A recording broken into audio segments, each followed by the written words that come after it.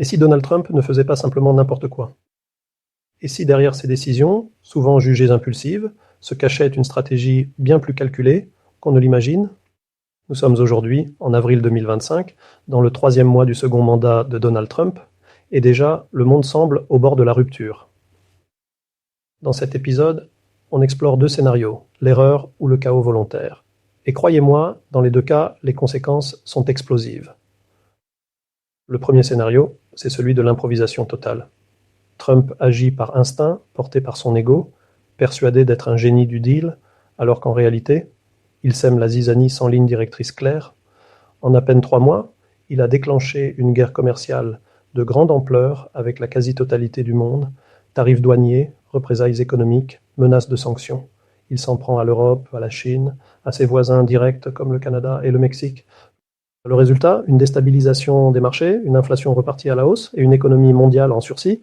Si ça continue, ce ne sera pas juste une récession, mais bien une dépression mondiale. Mais voilà le second scénario. Et celui-là fait froid dans le dos. Et si tout cela était volontaire? Une stratégie du chaos mûrement réfléchie. Prenons d'abord l'aspect économique. En plongeant volontairement l'économie dans la tourmente, Trump pourrait forcer la Fed à baisser drastiquement les taux d'intérêt. Objectif? Renégocier la dette abyssale des États-Unis, 34 000 milliards de dollars, à un taux plancher. Un deal monumental, à la Trump. Le chaos comme levier économique. Mais il y a pire. Sur le plan géopolitique, Trump semble jouer avec le feu. Il a remis sur la table son vieux fantasme d'acheter le Groenland, et désormais certaines de ses déclarations laissent planer des intentions vis-à-vis du Canada. Des discours à peine voilés qui évoquent non plus des partenariats, mais presque des volontés d'annexion. Une vision impérialiste qui fait écho à un autre temps, un autre monde. Ajoutez à cela ses accointances, de plus en plus assumées, avec des régimes autoritaires. Il affiche une proximité croissante avec des dirigeants comme Viktor Orban, Mohamed Ben Salman ou encore Vladimir Poutine.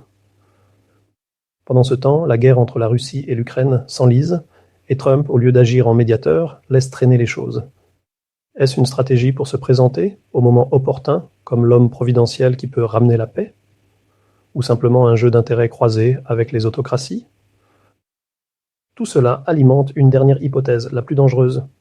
En créant un chaos intérieur, tensions raciales, économiques, sociales, Trump pourrait avoir un objectif ultime, déclarer l'état d'urgence, concentrer les pouvoirs et instaurer un régime autoritaire. Ce ne serait plus une démocratie en crise, ce serait une démocratie suspendue, une Amérique qui bascule. Alors, est-ce exagéré? Peut-être. Mais poser la question, c'est déjà commencer à se réveiller.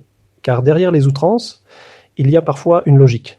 Et dans ce monde où l'information est manipulée, déformée, accélérée, notre rôle est de regarder autrement, d'analyser à contre-courant avec un œil critique.